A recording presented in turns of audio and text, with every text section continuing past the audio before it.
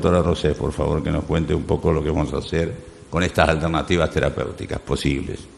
Bueno, como ustedes saben, buenas tardes.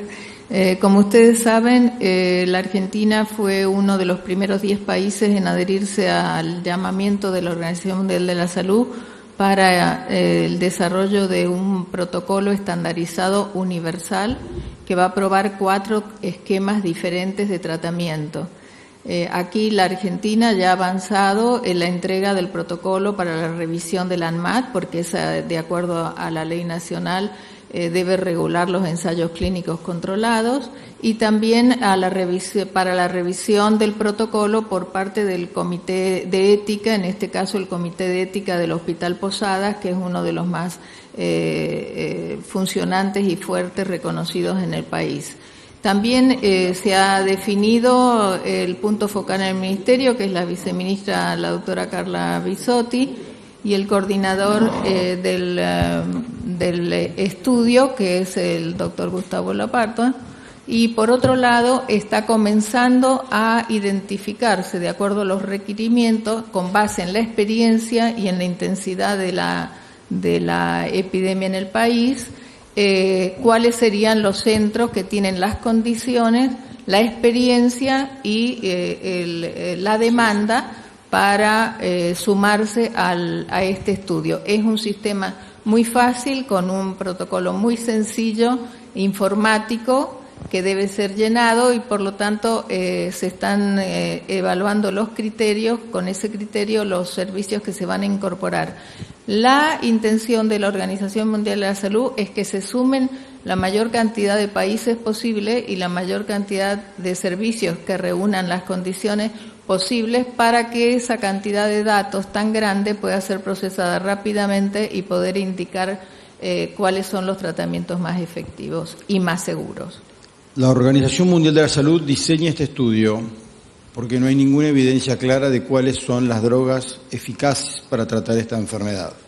Me parece interesante ir sobre su pregunta, porque sabemos que luego de algunas noticias periodísticas con respecto a la hidroxicloroquina, hoy en las farmacias de la Argentina ya no se consigan, porque la gente salió por su cuenta a comprarla, con 2 graves problemas. Uno es que la gente tome esa droga por su cuenta, nos resulta incomprensible porque todavía no conocemos de su eficacia. Pero la otra es porque esa droga se usa para tratar distintas enfermedades, y aquellas personas que realmente la necesitan para enfermedades en las que sí está comprobado no tienen acceso a la misma. Así que recomendamos prudencia. El mundo está tratando de generar evidencia científica para ofrecer tratamiento a esta enfermedad. Quiero agregar a lo que decía el doctor Lopardo, que la hidroxicloroquina tampoco es una droga completamente inocua, y que tomada por personas que tengan problemas cardiovasculares, por ejemplo, puede agravarlos. Entonces, la automedicación es mala en general, es mucho peor cuando estamos hablando de una droga que no ha sido diseñada para tratar el coronavirus, que tiene un efecto potencial, y ojalá de acá a un mes salgamos a los micrófonos a decir le vamos a dar hidroxicloroquina a todo el mundo. Pero también puede ocurrir que de acá a un mes digamos no se la damos a nadie, porque es mayor el daño que estamos produciendo que el beneficio. Así que por favor no se automediquen con nada, pero en particular con hidroxicloroquina.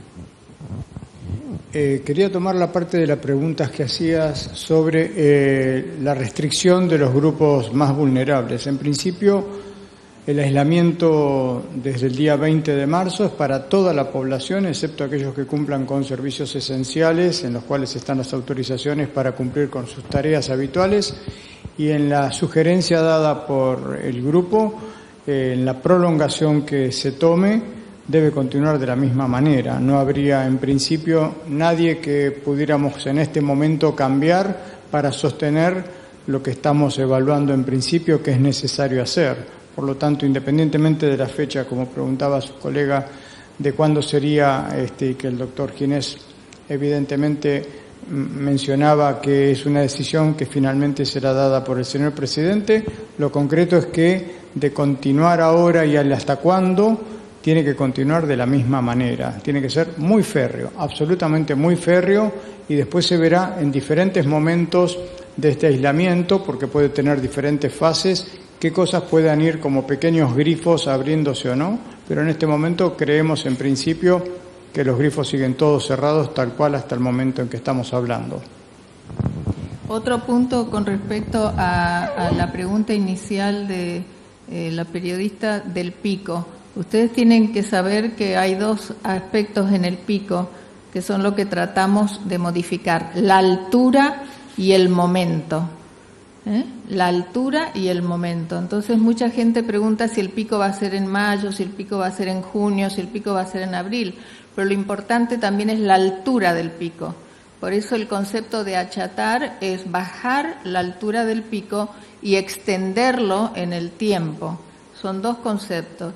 Y por otro lado, nosotros no podemos predecir por ahora, porque ustedes saben que no se ha cumplido un ciclo norte-sur, frío, calor, invierno, verano. Por lo tanto, no sabemos cómo se va a comportar este virus que ha ingresado al país y a otros del hemisferio sur en verano, cuando lleguen los días del invierno y se superponga con la influenza. Buenos días a todos. Fabiana Farrucci, Canal 7 y la TV Pública. Ministro, usted explicó que está orgulloso de que en el mundo se hable del modelo argentino en la lucha contra el COVID-19. En ese sentido, ¿la curva está aplanada como ustedes esperan y como ustedes están trabajando en ese sentido? Y por otra parte, ¿cómo se está tratando el tema en el conurbano bonaerense?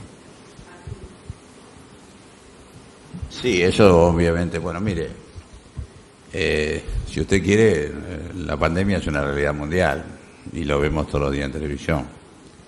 Lo que está pasando en Argentina, vuelvo a decir, es que hemos tomado las medidas antes y con más profundidad y además todas casi juntas.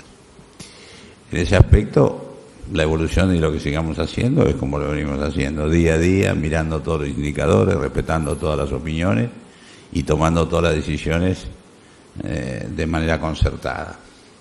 Y tratando además que se cumplan en las provincias, es decir, tratando de que este sea un mecanismo decisional federal y por lo tanto también yo tengo contacto vía Skype, vía teleconferencia casi todos los días con los ministros provinciales que tienen distintas situaciones.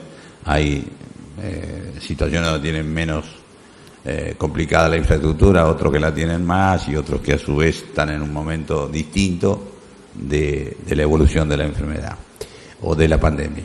Ese es un aspecto. El otro aspecto que usted bien dice es el conurbano bonaerense. Es decir, nosotros no podemos resolver una situación de muchos años de debilidad del conurbano. El conurbano no es solo bonaerense, el conurbano tiene la mayor cantidad de pobres de la Argentina, y con lo cual es un problema de la Argentina. Y como tal, por un lado se está trabajando en una unidad del AMBA, tanto la ciudad, la provincia y la nación, para tratar estos temas.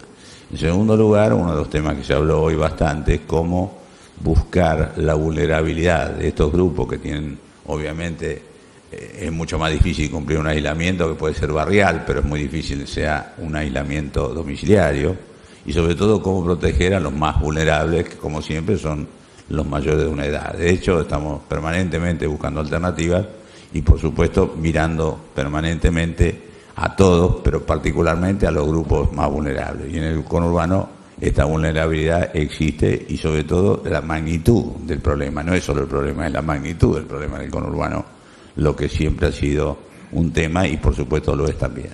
Pero estamos trabajando con toda intensidad y vuelvo a decir, todos juntos además. Y en ese sentido, al decir todos juntos, digo jurisdicciones, digo científicos, digo políticos. Es decir, en este sentido creo que es una de las cosas que es un ejemplo de los argentinos.